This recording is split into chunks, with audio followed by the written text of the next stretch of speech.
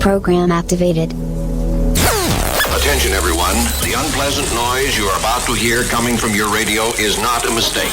Okay, first things first, what is your name? This is Big Sonny playing the best of the 90s and beyond. Are you ready for this? Yeah. Radio in motion. Please do not turn off your radio, but turn up the volume on your receiver as high as it can go. All right, here we go. Radio in motion. All right, you're listening to Sunbury Radio. This is Radio Motion. Tonight's 80s glam rock.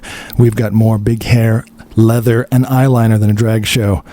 But first, we're going to have another installment of The Ugly Truth. Before we get back to that, tonight I want to talk about something different and something that I do know about, a little bit about, just because I'm in a role where I actually hire a lot of people, and this is about a report they did on Gen Z, for everyone on the north side of the hemisphere. I'll say Gen Z, though, tonight. But yeah, it seems they took this poll, and Gen Z is they've been taking interviews and not really being able to lock down sort of a full-time position. And look, I know it's tough out there on both sides as an employer or an employee, but some of these stats are kind of interesting, and I'll address them afterwards. But so in December 2023, a New Jersey-based research group, Intelligent, did a study, and they reported 39% of Gen Z failed to sort of pick up on professional cues, causing 39% of employers to hire older candidates, more experienced candidates, which is, again, a bit sad. Everyone deserves a chance. Everyone has to start out somewhere to get that experience. But something's a bit amiss lately. For the same reason, 48% of employers are offering remote and hybrid work to older employees, and I can certainly, confirm that. I think employers are having to be more flexible because, especially after COVID, people just have become, I think, more aware and polarized of their life and the job they've chosen. And so, yeah, some people are thinking, is this really what I want to do for the rest of my life? And is my employer really giving me what I need? So yeah, they're offering roles where they can work from home, and they're probably offering those roles to the more experienced workers. Employers also reported, according to the report, that recent college grads are just generally unprepared when it comes to interviewing for a job. And let me say that excludes first-timers or someone who's nervous. I think if you're someone who's good at hiring, or you have the experience, I think you can tell when someone's nervous. That's different. That happens. You can tell that beyond it, there's something else there. You can hear it in the words in between the words and the things that they're nervous about. I don't think this is about being nervous. I think this is about them just being unprepared of what it's like to go into a real job market compared to be honest, sort of the collegiate world that they're in. It's kind of a fantasy world when you go to university. It's this fantasy world that it's a bubble that you live in, and it doesn't really mesh with real life jobs. More than half employers said that Gen Z struggle the most with eye contact. Now, I will address this one. I think this is interesting. First of all, I believe wholeheartedly in merit and meritocracy. That's how you get a job. When you start going on external factors, it just leads to failure. You get the best person for the job based on skill, experience, and their overall suitability for the job, irrespective of anything else. But I will be honest, there are some visual things that can happen, and body language is important. And I've noticed that a lot too. There's a real lack of eye contact in this world, and especially when it comes to something like a job interview. And I'm sorry, first impressions do matter. First impressions are huge, and they still exist these days. It's just a simple sort of respect. And I'm going to be honest, the young kids, and again, by the way, this doesn't mean everyone. This isn't a blanket rule for everyone who's young. This is just a report giving some averages on what's happening, and I'm sure each individual is different. But overall, I'm actually finding that too when I have been interviewing sort of younger people just coming out of school, and this is possibly their first job. There is an issue with eye contact. And look, as cheesy as it sounds in my day, especially, when your dad has his friends come over or his work colleagues, you are right now, you are being judged. And that probably still happens to this day. Your dad's friends are judging you based on a lot of things. Number one, your handshake. That was a huge thing. When you shake your dad's friends' hands, they're going to come out and they're going to grab your hand and squeeze it to death. And if you're like 8 years old, you better be prepared to go like that. Again, I know you're like, oh, the patriarchy, down with the patriarchy. I'm sorry. I believe sometimes in the simple things, and this transfers to young girls too, not just young boys. It's just about respect and respecting your elders. And part of that is the simple things like eye contact or a firm handshake or just that respect. And I do think that's missing a lot these days. And I'll tell you why in a bit. Obviously, social media is a huge thing. Everyone on their phones. Candidates in this younger age group also ask for unreasonable salaries. And dress inappropriately. I'll address that one later. I think that's interesting and is possibly true, asking for sort of unreasonable salaries. 21% of employers reported during virtual interviews, candidates refused to turn on their camera. I have found this to be true as well.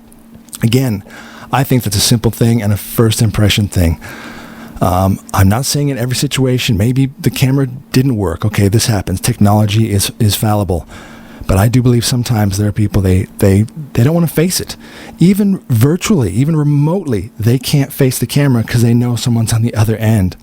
And I'm going to be honest, I'm not saying that completely gives you the full story of their character, but it doesn't help as a first impression. If you don't want to turn on that camera and you don't want to be seen, I just going to be honest, it puts up a red flag right away. You need to, if you're going to go to a job where you're going to have to be seen and deal with people, your work colleagues, or it's a client-facing role, you're going to have to be seen. So you have to figure that out. You have to front up and sort that out. 20% reported that candidates brought their parents. I don't even know what to say to that one. I have no comment for that. I don't even know what that means. If you brought your parents for what? I don't know. In case the parents were going to jump in and scold them, or maybe I was triggered by something and I was going to start to cry and I would need to hug my mom or dad. I think that's weird. Sorry, I'm leaving that one alone.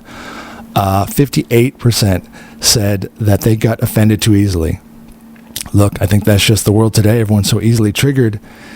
And again, the real world really doesn't care. Is there a real world? There is. Don't let the songs fool you. There is a real world. It's called the working world. And that world doesn't care about your feelings. Things like all the dirty jobs, okay? Maybe a cushy office tech job where you will never face the public and you can sit there just coding. All right. You can be a total recluse and do that. But there are public-facing jobs where you still need to present yourself.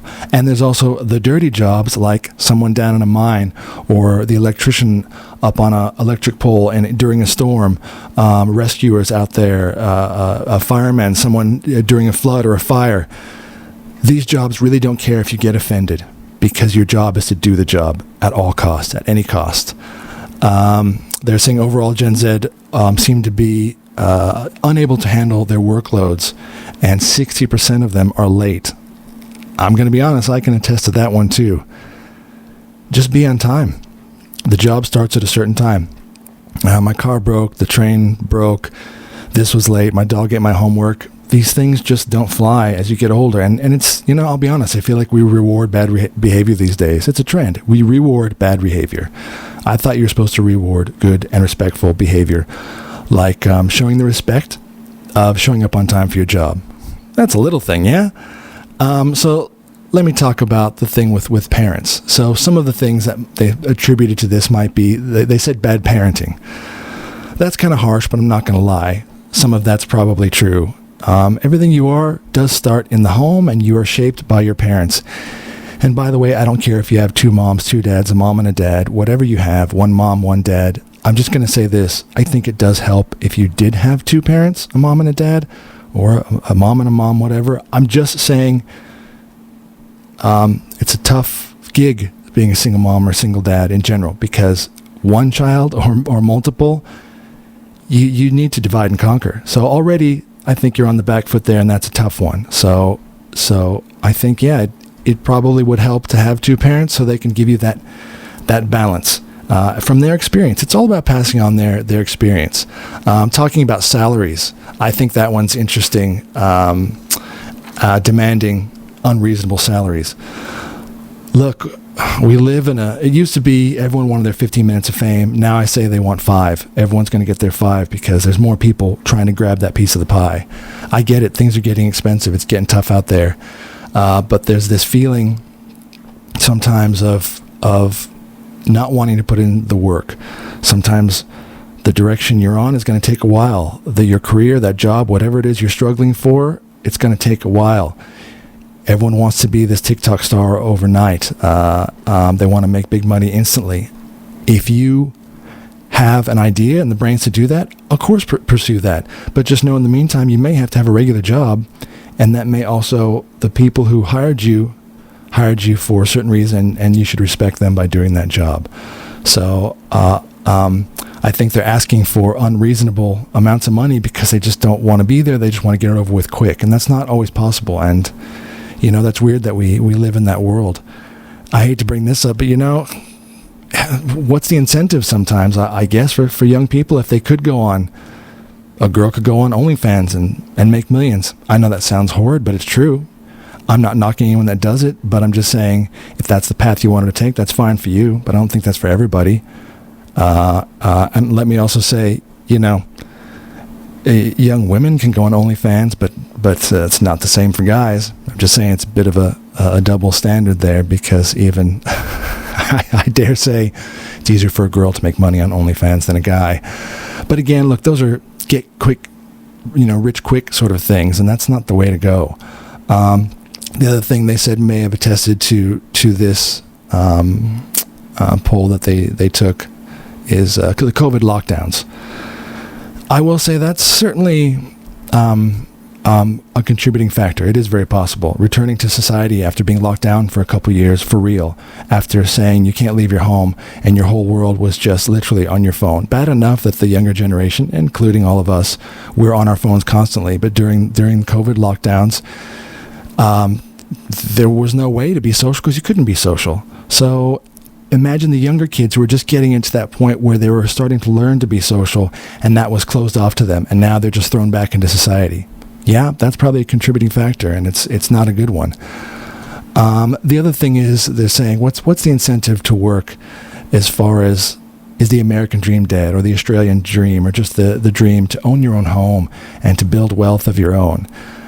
I'll admit it is disconcerting, and there's a lot of negativity, and the huge companies like BlackRock and Vanguard, they're buying up all the real estate and all the homes and making it harder and harder for that next generation to even own their own home, which I think is an amazing thing when a family is able to build that wealth and then pass it on, and they work hard for that. And it's possible a lot of young kids will never own their own home.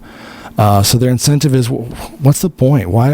I'll live at home. I'll live at home with mom and dad, and I'll make a YouTube channel. Again, we all want that. We all want the millions of hits and making big money, but it's the 1%ers. It's a small percentage. I'm never saying not to go for your dreams, but just be realistic. It takes a lot of work. It's like the iceberg. People just see the tip of the iceberg. Oh, it's wonderful. They don't see the huge part of the iceberg that's underneath. That's all the work. That's all the effort it would take. And you have to be committed to do that. You need to be committed 24 hours a day if that's your only way out. So the other thing is they were saying employers aren't making their jobs inspiring enough or interesting enough. I'm going to say that is partly true as well. I think, especially these days, the employer themselves also has to be competitive, and you can't just be the kind of boss that barks orders at people. That world is gone. I'm not saying there doesn't have to be leadership and discipline, but that's a difference. Is the leadership is, I think, and this is how I am, you need to find what they're good at, their strengths, what inspires them, and then also try to get maybe things they aren't quite good at, but they're willing to learn, and that is how it works, and they can expand their skills and show you. And then it's up to them. When you give them the incentives to make work interesting and give them opportunities, and then that person still tanks it and doesn't show up and doesn't do the job, and they don't show you that they want to be there, then that's on them totally.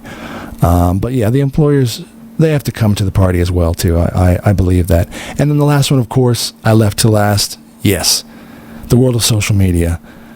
How can you imagine that this younger generation has the same sort of social skills that we had growing up, when their whole world is looking into this little window? Like I always say, the movie The Matrix, we all thought it was awesome and futuristic, but the fact is there's a dark side to the Matrix. Everyone living in this fantasy world, and being everything they want to be in a virtual sense, but it's a lie. Not to be mean, the Matrix is a lie. It's a trap. So living in that fake world of online, I say that's problematic. Worse than when our parents told us, sit in front of the TV was too long. And believe me, that started the ball rolling. I'm not going to deny it.